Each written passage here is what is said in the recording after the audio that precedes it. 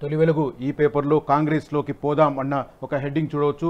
BRS పార్టీకి సంబంధించిన ఎమ్మెల్సీలు గంపగుత్తగా కాంగ్రెస్ పార్టీలో చేరడానికి, అధికార పార్టీలో చేరడానికి ఇంట్రెస్ట్ చూపిస్తున్నారు, ఆ దిశగా వెళ్తున్నారు అన్న ఇండికేషన్స్ కనిపిస్తున్నాయి. మనకు కాంగ్రెస్లోకి పోదాం. బీఆర్ఎస్ ఎమ్మెల్సీల రహస్య భేటీ, గచ్చిబౌలిలో ఓ ఎమ్మెల్సీ ఇంట్లో మంతనాలు, జంపింగ్కు సిద్ధమైన 10 మంది నేతలు, బీఆర్ఎస్ ప్రస్తుత పరిస్థితిపై ఆందోళన, రోజుకో కుంభకోణం బయటకొస్తుందని భయం, పనులు జరగాలంటే మారాల్సిందేనని ఏకాభిప్రాయం, అసెంబ్లీ సమావేశాలకు ముందే సీఎంతో చర్చలు, పదవుల ఆశ చూపిస్తున్న రేవంత్ సర్కార్ అన్న వివరాలు కనిపిస్తున్నాయి. గచ్చిబౌలిలో ఒక ఎమ్మెల్సీ ఇంట్లో అందరూ బీఆర్ఎస్ పార్టీకి సంబంధించిన ఎమ్మెల్సీలందరూ భేటీ అయ్యారు. వీళ్ళంతా గంపగొత్తగా పార్టీ మారేందుకు రంగం సిద్ధం చేసుకుంటున్నారు అన్న సమాచారం అందుతుంది. మనందరికీ తెలుసు, శాసన మండలిలో బీఆర్ఎస్ పార్టీకి ఆధిపత్యం ఉంది. మొత్తం 40 మంది తెలంగాణ శాసన మండలిలో మొత్తం సభ్యులుంటే అందులో ఏకంగా 29 మంది బీఆర్ఎస్ పార్టీకి సంబంధించిన వారు. గత 10 సంవత్సరాలు అధికారంలో ఉన్న బీఆర్ఎస్ పార్టీ తరఫున ఎక్కువ మంది శాసన మండలిలో ఎమ్మెల్సీలు ఉన్నారు. ఈ నేపథ్యంలో ఏదైనా బిల్లు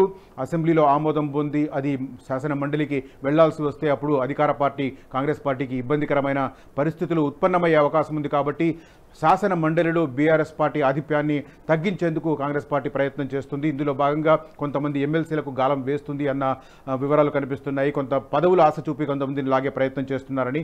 అదే సందర్భంలో శాసన మండలి చైర్మన్గా వ్యవహరిస్తున్న గుత్తా సుఖేందర్ రెడ్డి కూడా గతంలో బీఆర్ఎస్ పార్టీలో ఉండి ఈ మధ్య కాలంలో కొడుకు రాజకీయ భవిష్యత్తు కోసం రాజకీయ భవిష్యత్తును ఆశించి ఆయన కాంగ్రెస్ పార్టీ వైపు మొగ్గు చూపారు. అధికారికంగా పార్టీ మారనప్పటికీ ఆయన కాంగ్రెస్ పార్టీ నాయకులతో అంటగాగుతున్న పరిస్థితి కనిపిస్తుంది. ఈ నేపథ్యంలో గుత్తా సుఖేందర్ మీద అవిశ్వాసం పెట్టడానికి కూడా బీఆర్ఎస్ పార్టీ సమాయత్తమవుతుంది వ్యూహాత్మకంగా అన్న వార్తలు, కథనాలు వచ్చాయి.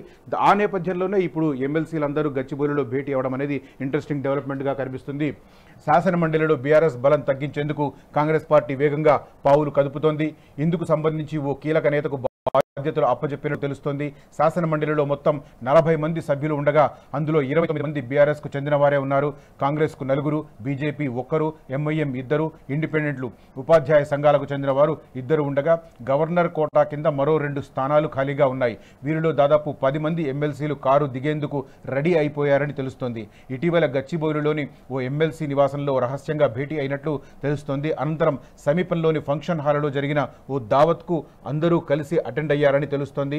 భేటీలో కీలక అంశాలపై మాట్లాడుకున్న ఎమ్మెల్సీలు పనులు పూర్తి కావాలన్నా, ఎమ్మెల్సీ పదవి రెన్యువల్ కావాలన్నా పార్టీ మారాల్సిందేనని ఏకాభిప్రాయానికి వచ్చినట్లు తెలుస్తోంది. రంగారెడ్డి జిల్లా నుంచి 2, హైదరాబాద్ నుంచి 3, వరంగల్ జిల్లా నుంచి 3, కరీంనగర్ నుంచి 1తో పాటు మండలి చైర్మన్, వైస్ చైర్మన్ల కూడా కాంగ్రెస్లో చేరడం దాదాపు ఖాయమైనట్టు తెలుస్తుంది అన్న వివరాలు మనకు కనిపిస్తున్నాయి. మొత్తం మీద శాసన మండలిలో బీఆర్ఎస్ పార్టీని ఖాళీ చేయించడానికి రేవంత్ రెడ్డి ప్రయత్నం చేస్తున్నాడు అనడానికి దీనికి సంబంధించిన వార్త కనిపిస్తుంది. ముఖ్యంగా పదవులు ఆశ చూపి పార్టీలు మారడం అనేది ఈ మధ్యకాలంలో పెరిగిపోయింది. ఏ ఒక్కరికి కూడా 5 ఏళ్ల పాటు ప్రతిపక్షంలో కూర్చునే ఓపిక లేని నాయకులు పెరిగారు. ఆంధ్రప్రదేశ్ కావచ్చు, ఇటు తెలంగాణలో కావచ్చు. అధికారం పార్టీ ఏది ఉంటే ఆ పార్టీలోకి జంప్ అవడం, తమ అంతకుముందు కొనసాగిన పార్టీకి జలకివ్వడం అనేది వెరీ కామన్ అయిపోయింది.